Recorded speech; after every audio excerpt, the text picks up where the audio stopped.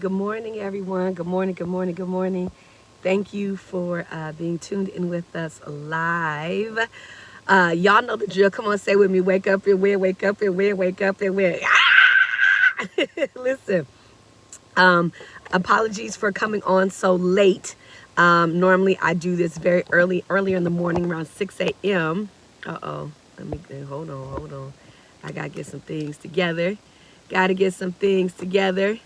So normally I do this early in the morning, but today I had to shift. Okay, there we go. I had to shift and come on much later because I had some things going on early this morning. But listen, our today's wake up and win word is part 3 of self-belief. Part 3 of our self-belief challenge. We've been talking about the power of self-belief, the power of clearly believing in yourself. This is not to take away from your belief in God or your faith or whatever your faith tradition is. But one of the things we want to establish, okay, good morning, Stacy. One of the things we want to establish is self-belief and the power of self-belief. So part 3, what we want to lift up for our wake up and win word is that when we believe in self, last time we talked about self-belief does not mean I'm better than, it just means I'm showing up as my best self. It doesn't mean I'm better than anyone else. It just means I'm showing up as my best self. So part 3 of the power of self-belief is not only do I not think that I'm better than someone else, I'm showing up as my best self, but I recognize and I accept that I am enough. Right? The power of self-belief, the believing in myself, where I can say, I believe in myself. I'm not saying I'm better than, I'm saying I'm showing up as my best self and that I am enough. Part of why so many people struggle with believing in themselves is because ultimately they don't believe that they are enough.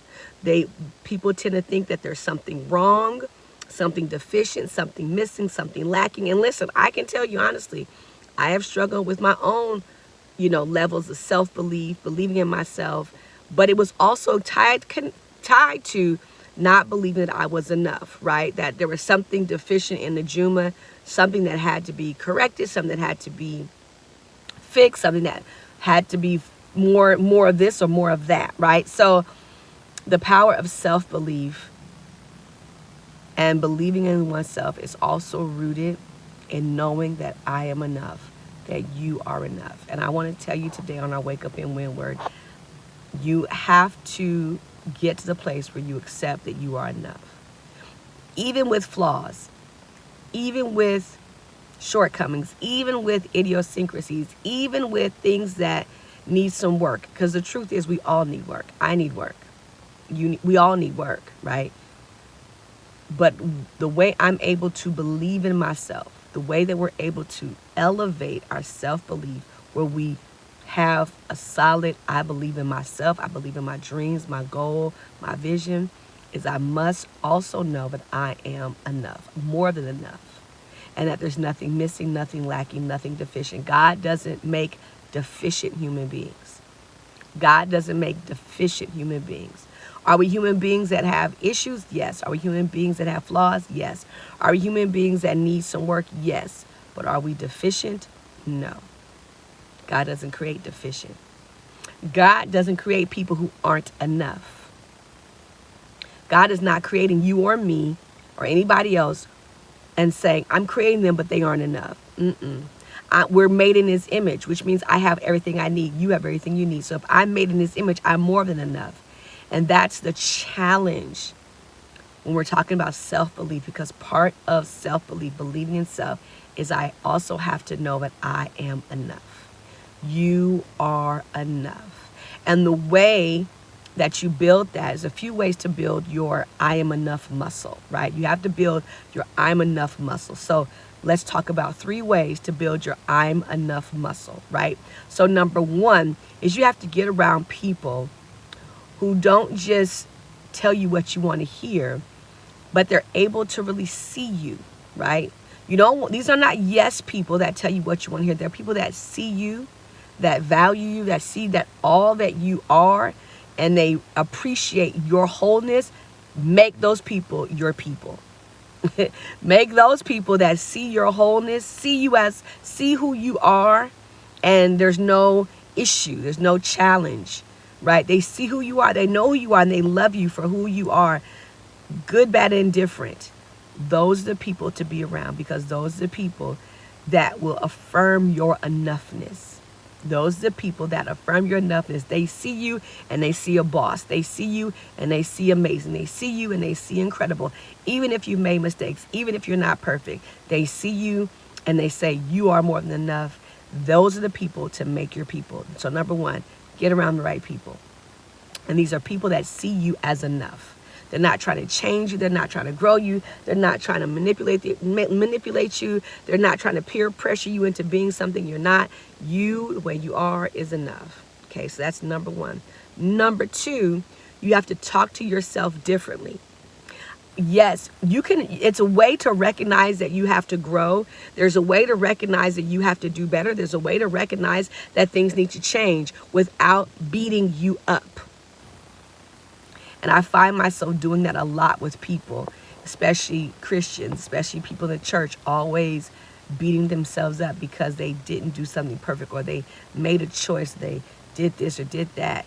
I mean, criminal behavior aside, right? It's okay to make mistakes and to have shortcomings, right? And so you can't beat yourself up about those things, right? You can't beat yourself up about those things. So number two is stop beating yourself up and recognize all of us human beings, all of us have frailties, all of us have idiosyncrasies, all of us have things that we're not our best at, but don't beat yourself up about them. You are the loudest voice you hear. I'll say it again. You are the loudest voice you hear. It doesn't matter how loud anybody else is. You are your loudest voice. You are the loudest voice you hear in your head and in between your ears, which means how you talk of you is important, which means if you're every day beating yourself up because you're not perfect, because you don't have this, you don't have that, that is the loudest voice your brain hears and registers and responds to. So you have to talk differently to yourself. You have to speak differently to yourself because you are enough. And you have to tell yourself that and stop beating yourself up for all the ways that you feel that you're not enough. Okay. And number three, so number one, get around the right people that affirm your enoughness. Number two, stop beating yourself up. You are enough. And number three, and this is really important, make a list. Make a list of all the wonderful things about yourself. Make a list of all the beautiful things about yourself. Make a list and go down the list and appreciate that about you. Make a list of all the things that will make you you and begin to appreciate you for being you. Make a list of all the ways you appreciate yourself and begin to appreciate you for who you are. All right? Listen, thank you all for joining me this morning on Wake Up and Win Live. I got to get out of here, but I want to leave that with you.